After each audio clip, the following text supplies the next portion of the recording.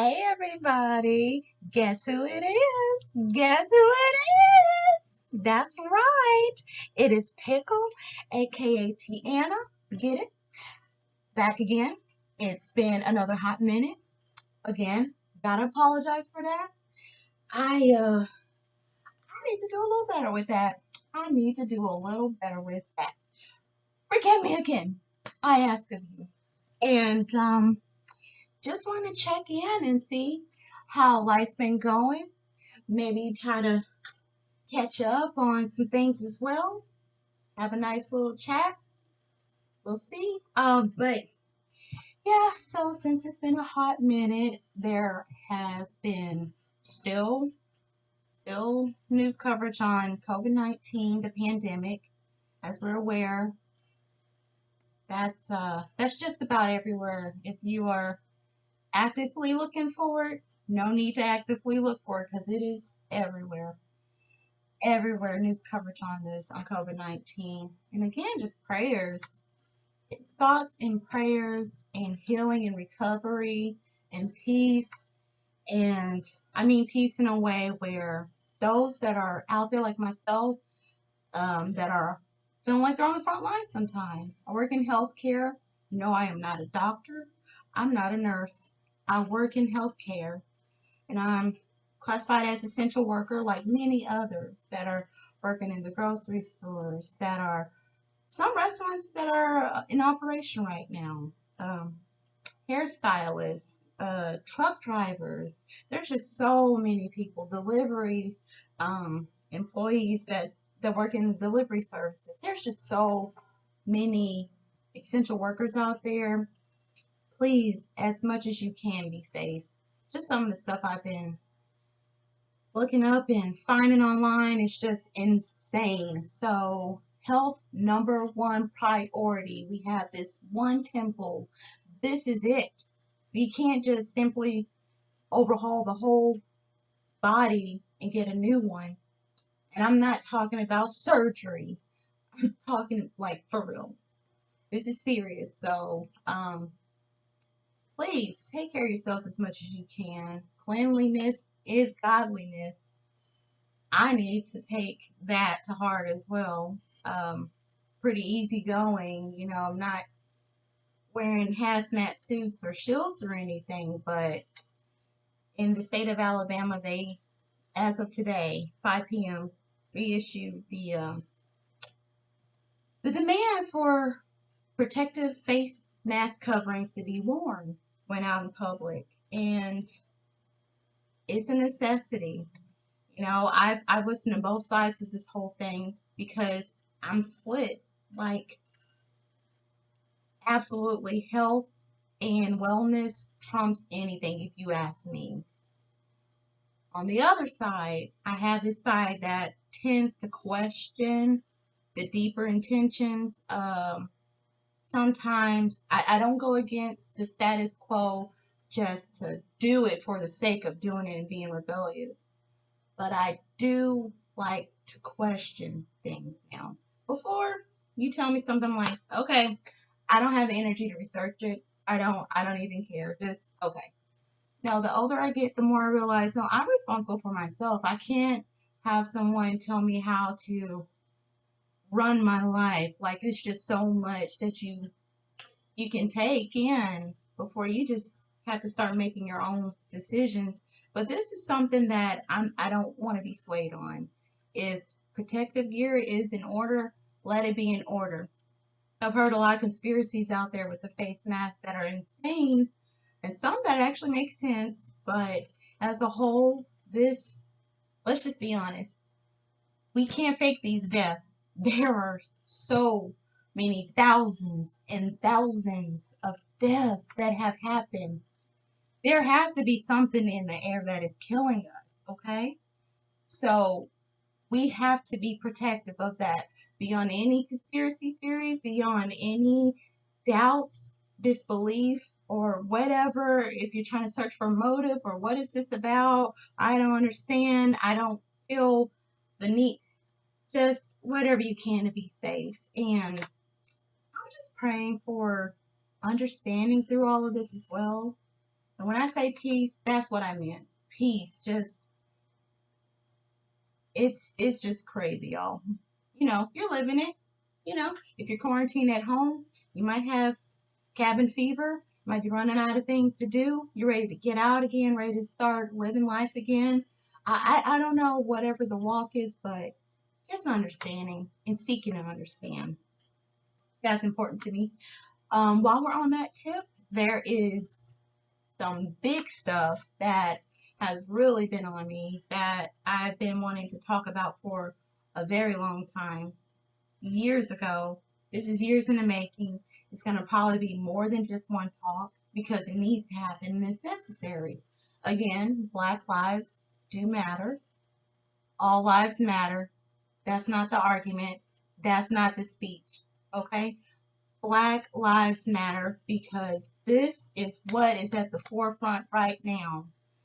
It's a vicious cycle, history repeating itself as it has done through many, many, many, many decades.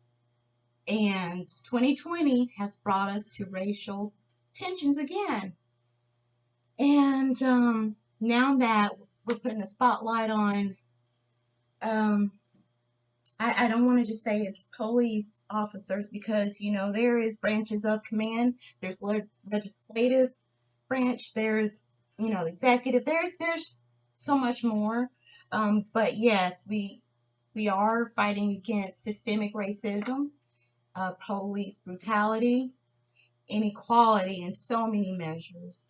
From something like a loan for a business, for a dream, right there and denial of the basic rights and needs of a human being. There's just so many areas in the U.S. that are suffering greatly from this. And even with the riots, I'm not gonna deny the fact that when it first came out, how I personally felt in my emotions, because I'm not a confrontational person. I don't look for a fight. I don't like to start fires. I don't mind putting them out though, or I don't mind aiding in the relief of putting them out. And so I wanted to keep my peace to myself, but that is not doing a service to my black brothers and sisters, myself, my family, my peers, and peers of all colors. This is just a big thing that's been laid on my heart. And so it's just something I wanted to just talk about. I don't really know exactly where to start because it just seems like it's just so many levels to it. And I don't want to get deep into it because this video could easily run for like an hour or longer. But what I do have to say is if you can, do more research on your own to really understand why there are those individuals that are out there so passionate about this fight, that are just so involved in asking for help, asking for their non-black peers and friends to just kind of step in and help to be those allies, because this isn't something that is laid on the black person to solve. This racial tension, this systemic racism, the breakdown of black lives,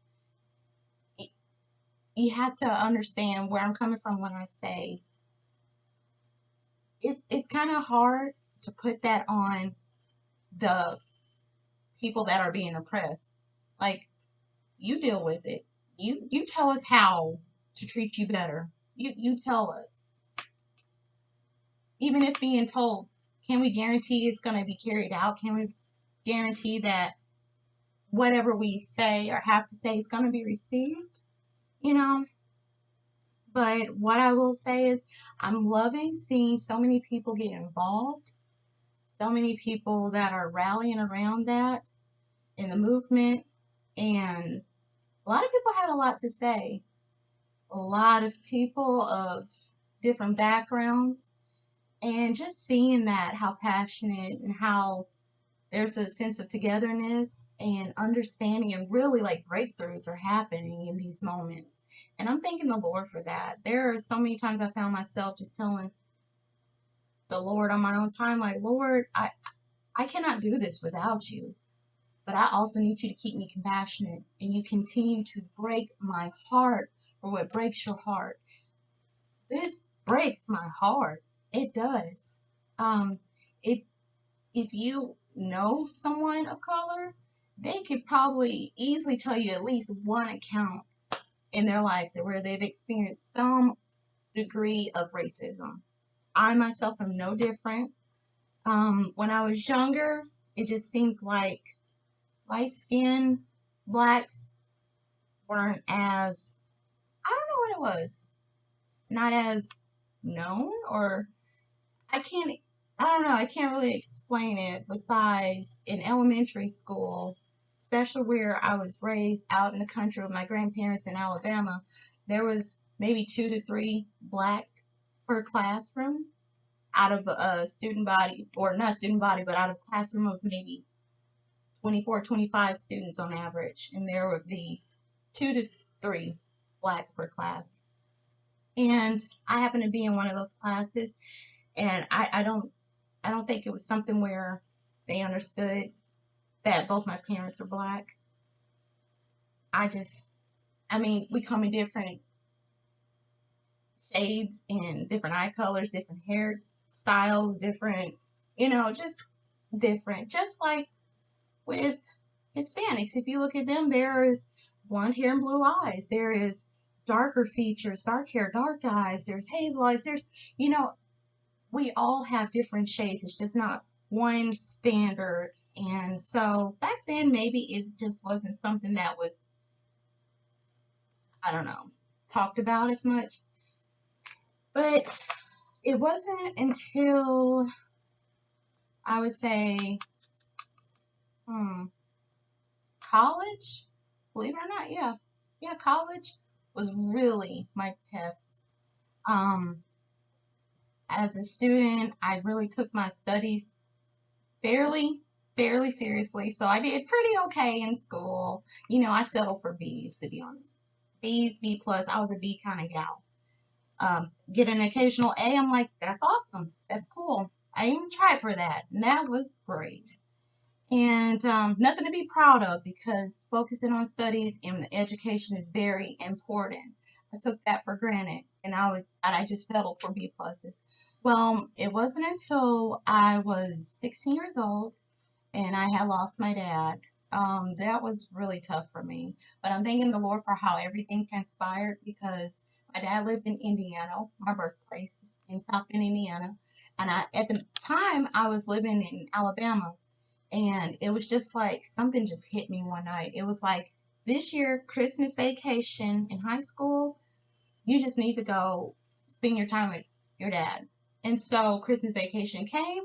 By January, well, I talked to my dad and told him I'm ready to move back. And so by January, I was back in Indiana before school resumed, and I had time to, get enrolled and everything. So it was January, but by January of the following year, my dad passed away. So I literally got to spend 1 year with my dad, and I was grateful for that time. I wish I could have did more, could have spent more time, like quality time with him. But the time that did get, I was grateful. Just seeing how he operated, seeing the level of his work ethic, even pushing past the age of 76 and was still working. My dad was a locksmith. He was one of the first black entrepreneurs in South Bend, Indiana, that specialized in locksmithing business. That's something I'm very incredibly proud of. Something that he actually didn't talk about. I happened to find out in his obituary, and then from family afterwards. But it's just things like that. And now I think back, because of this time period that we're living in, I reflect on my ancestors and ancestors of ancestors and what they must have went through. So to think of my dad, who was born in 1928, to persevere through so much to get to the level that he was at as an entrepreneur. And this was in the 1940s, 1950s. So this was even before, um, the civil acts or civil rights was enacted, and um, I don't know. I just think about stuff like that, and I'm like, thank you, God. So I want to do an honor to him by putting my best foot forward and really doing what I can.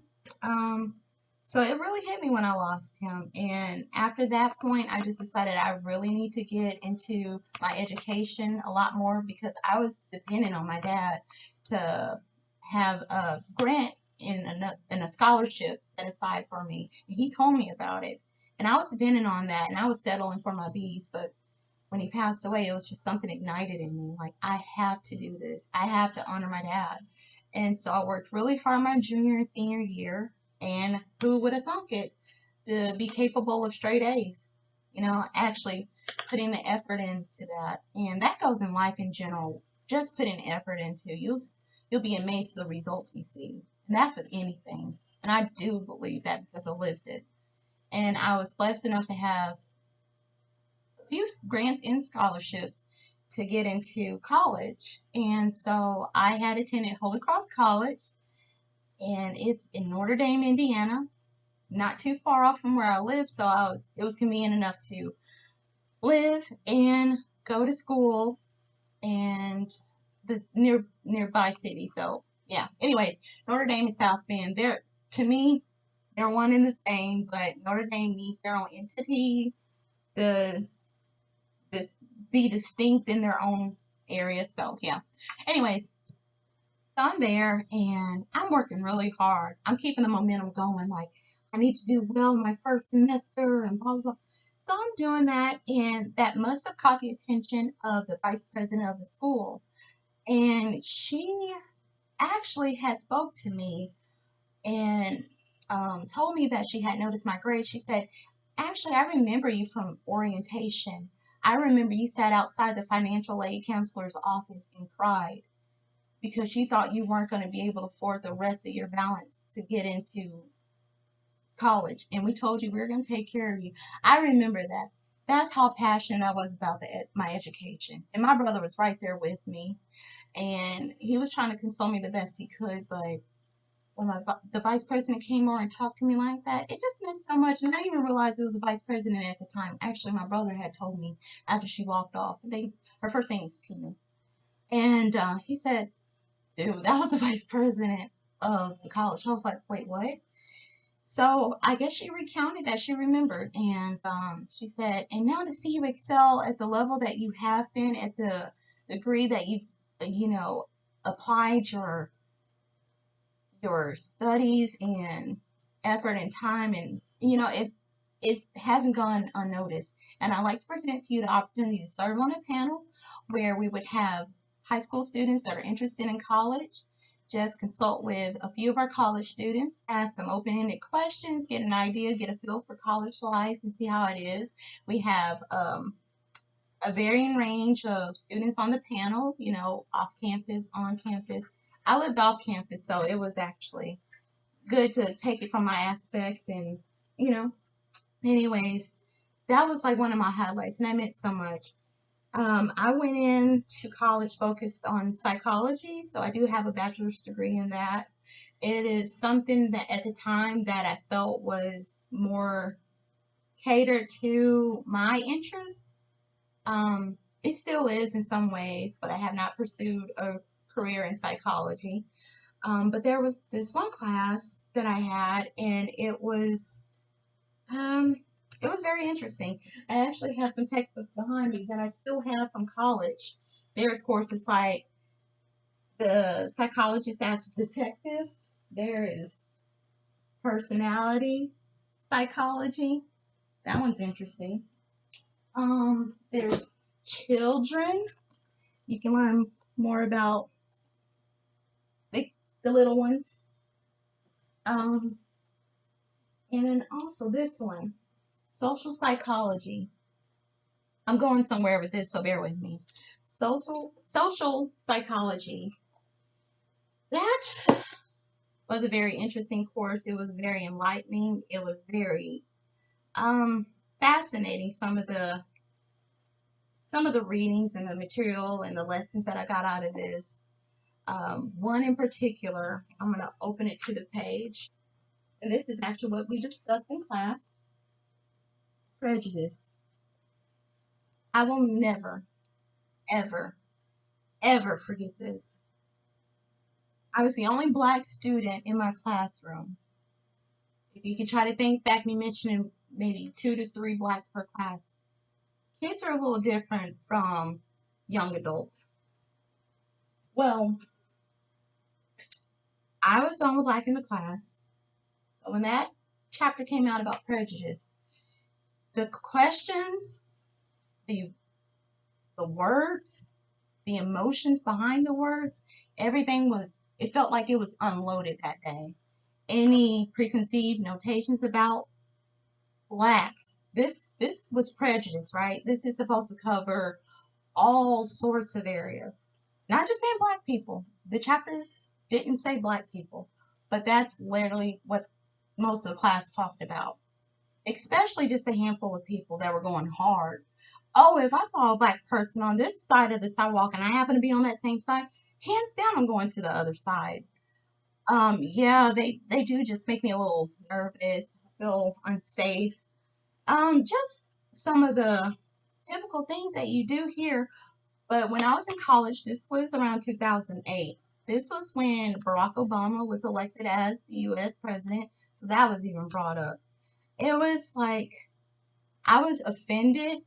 And so I was speaking out of that offense. And then I was also speaking out of pain and hurt. I couldn't believe these students that I was in class with, these students that I looked at like just my equals, like my peers, you know, just unleashed another side that I could not even fathom. And for my professor to not defend, to not stop the conversation, to not say anything, I can't explain to you how much I literally felt like my back was against the wall. But I did not give up. I spoke and I kept speaking and I kept coming with it. It's just something, some bigger, some sort of tenacity, something that just comes out of me, just spews out in those moments. And I honestly can't recount everything that I said, but you better believe I was holding it down. I'm sorry, but yes, I was, because I'm not about to allow things like that to be said without any sort of rebuttal or thought provoking question to follow up, or just like, think about what you're saying. Like, do you really?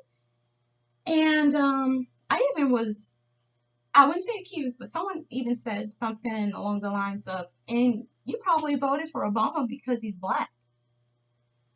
I'm telling you, that was pretty gutsy. But then again, I was just one black person in that room. I held it down, and there was just fire in my eyes, but I got through it. And then class had ended. Everybody started getting up out of their desk and walking out, and I stayed behind. And I waited till the last person left out. And I actually stood in front of my professor and I cried. I cannot believe that just happened. I I cannot believe it just happened. And then I got the apology. I'm sorry. I have no idea that that was gonna happen. I just wished it would have been stopped in a moment. That would have been great. Instead of me standing on my own and having to fight for what I believe is right, fight for the sake of black people, for myself, for everyone I love of color. And it was just dawning on me that no one even considered, like, y'all, take it easy. It didn't seem like there was any remorse or anything, you know? And so I thought, I spent about 24, 25 minutes in that classroom, just like, wow. And then towards the end, when I was getting ready to leave out, there was one guy that was still outside. And big guy, big Italian guy. And he said, I waited 24, 25 minutes until you came out here to tell you. I really thought about it as soon as I left out. That was wrong. And I'm so sorry. Even if I didn't really say anything, I'm sorry that I didn't say anything. I'm sorry that I didn't speak on your behalf. I hate that happened to you. That does not sit right with me. that actually brought me some sort of peace that somebody genuinely cared.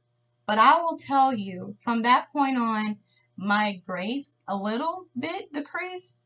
I still maintained, but I didn't have that passion that I did. I looked at the school differently because of that incident. Um, I'm grateful for my education. I'm grateful for where I am in life now. But I do look back on that and I just, wow. So, bringing us to 2020 with racial tension, we just have to understand one another. I feel like it's way too much energy to remind myself to be hateful or to be upset or to be bitter or unforgiving or just nasty. It takes so much more energy, and that literally is taking energy that I can't get back. That's not residual energy to me. Residual is understanding, mutual respect, kindness, love, caring. That is reciprocated, and I do believe in residual energy like that. And so that's what I'm just praying for. Um, it's kind of hard to stay on that path personally when there's just so much going on around, and it reminds me of my own past experiences. But I realize that all happened for a reason. I'm grateful for where I've come from. This just goes out to anyone that's experienced anything remotely like that. Just know that we are all the same. We really are. If you trace us far enough back, we originate from one continent and possibly two people somewhere along the lines. And, we just have to love each other a little more. We literally are brothers and sisters. And I don't know. I want us to do better. And I'm talking about the US. Worldwide, there I can't explain. Even in my college trip to Peru was totally different. The way they were towards me over there, I literally felt like a celebrity. I'm gonna be honest with you. Like the way that they just were so interested in me, and I wore braids at the time too, and they were like calling them serpentines. They're like serpentinas, calling them little snakes in my hair. They were just so interested, and they're like, "You're so beautiful. You're so friendly." The students were just flocking and hugging on me, and even the students that came with me on the trip, or that I had accompanied on the trip, they had even taken notice of that. They're like, "Wow, you've really been identified as the most likable one right now." And it made me feel happy. And again, I was also the only black on the trip. I was the only one. I probably looked a little more familiar to Peruvians. I don't know.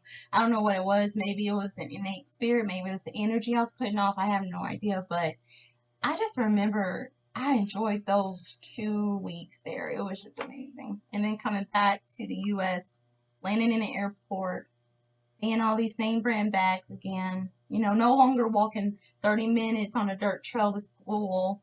No more, adventuring the city and meeting with the locals and buying soda at the corner store. No more of, you know, little things like that. It was back to the grind, back to name brands and the flashy limelight. And it's just different. It's just completely different worlds, it felt like. And the way I was even treated by my peers, it's different.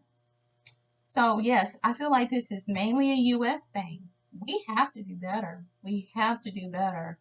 Sometimes I just wonder what the rest of the world thinks of us. I really do. I really do. We have so much influence, but this is something that is insane.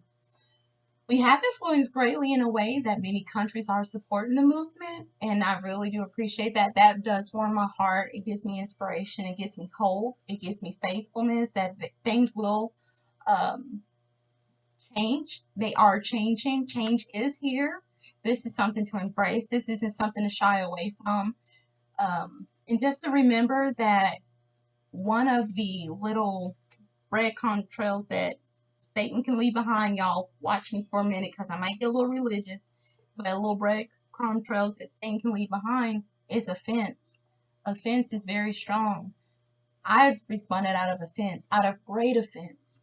And the things that I've spewed out of my mouth in my past, I'm just like, wow. I was angry. I was just, ah. And I just wanted to find a way to get that out there.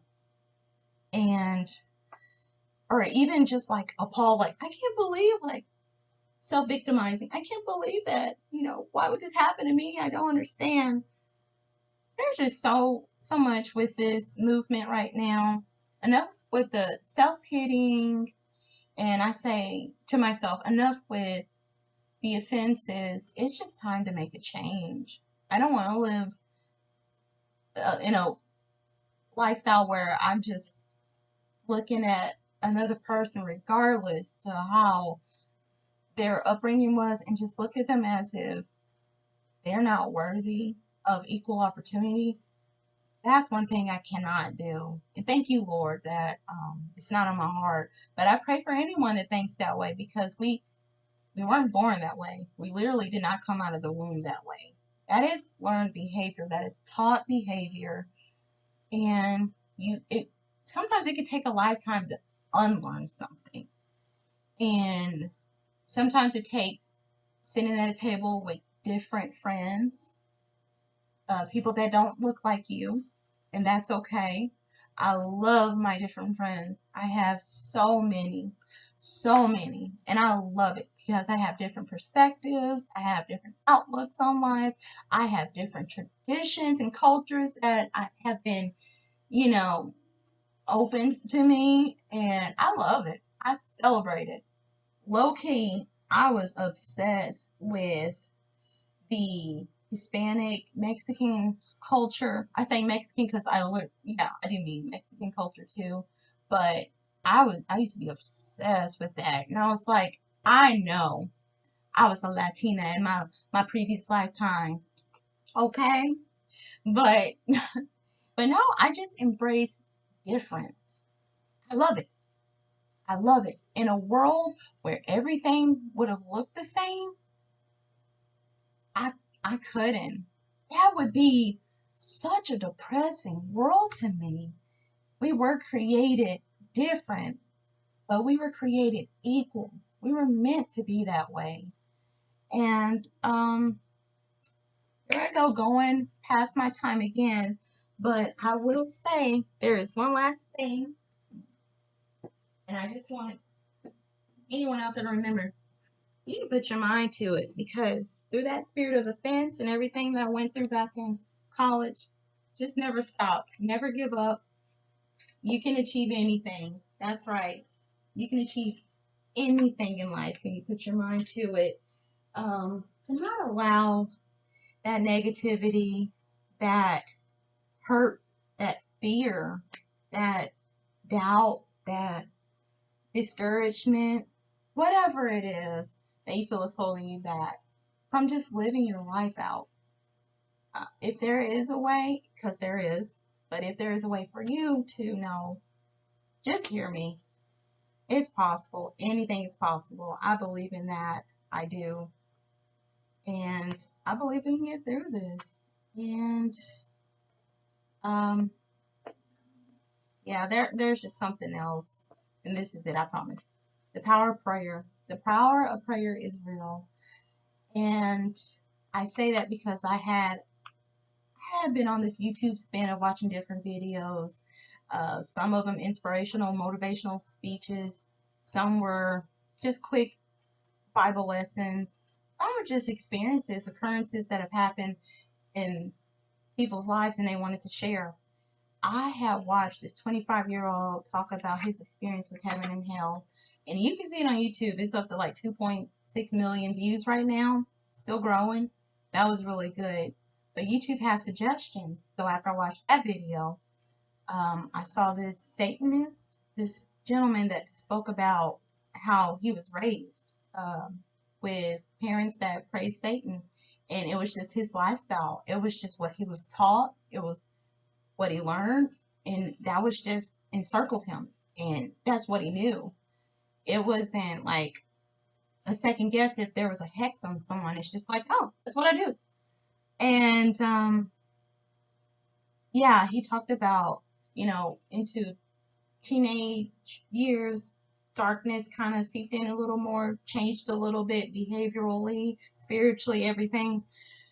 But by the time he's in his early adulthood, I think he did talk about experience where he had mastered astral projecting, which is, pretty much your spirit, or I'm not doing spirit like it's make believe, but like your spirit, your inner being, that whole energy right there is projected out of your body, your physical body, and you just kind of just travel. Well, I guess he was doing this, and he said he was going over cities, he was going over households, and he was cursing. Baby, what? Sorry, that's my baby. Aisha. But yeah, he was cursing households and businesses, and just with his spiritual realm just flying over these areas and just putting hexes on people, wishing illnesses and pain and hurt and depression and all of this stuff. And it was pretty crazy. And he said, but it got to this one area, and it was like this wall stopped him, and he couldn't go any further, and he couldn't say anything to curse them, or he couldn't.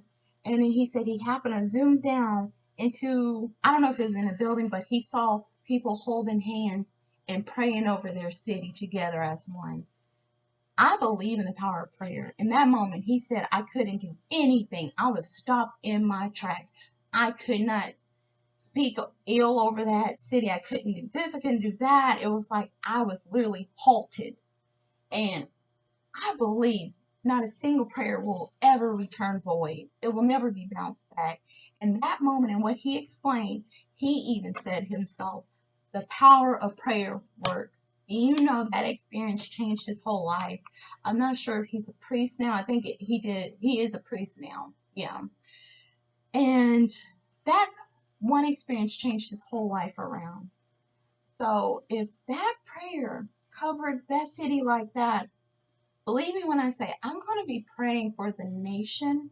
I'm going to be praying for the world.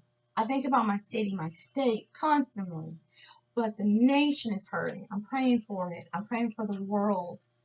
And I'm just sorry, my cat is like dying to get in here because we're approaching almost 40 minutes. But anyone that's hung in here that long again, thank you so much. Thank you for watching. Thank you for your time. Thank you for hearing me out. Thank you for investing in your attention and your time with this. And I'm looking for a brighter future because it's gonna come. It's gonna happen. And I'm gonna be so excited. I can't wait for the changes that are to come. And I embrace them. God bless you. You celebrate your uniqueness because it's beautiful. We're meant to be different in our own different ways, and that is beautiful. And me and Nisha, come here, baby. Me and Nisha are going to say bye. And you want to do it? Say thanks for watching. Bye. Oh my goodness. Seriously, few seconds, because I totally forgot to mention this. Do you know what today is? Do you know what today is? Today is July the 7th, 7/7 of 2020. It is an amazing day. Any other day is amazing, but more especially today because, okay, 7 is very lucky. I believe it's the number of an angel. I don't know, but today is my older brother Yuma's birthday. I'm so, oh my goodness. I'm so sorry. I meant to mention that. Today is my brother's birthday. Happy birthday, Yuma. I love you from your baby sis. He's been someone that's been a major supporter of me, a defender, protector. He is incredibly intelligent. I admire him. I look up to him. He is very gifted in the areas of gaming and cars and driving skills with the cars beyond the technicalities of it and all that stuff. I mean, music. He also was an amazing dancer, and he is a seasoned, well, not seasoned, but he's an army vet as well, and I'm very proud of him and his service. And I want to wish him a happy birthday today. So I'm going to try to feature a couple photos, We all need those embarrassing photos. So that's going to be the bonus on here. And I'm literally signing off now. I thank you again for watching. Please, if you like any of my videos, I love it. I love having a big, big table of friends. So feel free to subscribe. I'm going to work on having more content out there. There is also a follow-up that I need to post about my Kai um, keyboard, soundboard. I just totally have not been updating anyone on that either. So yeah, there's a lot to look forward to, and I look forward to catching up with you. And now I'm signing off.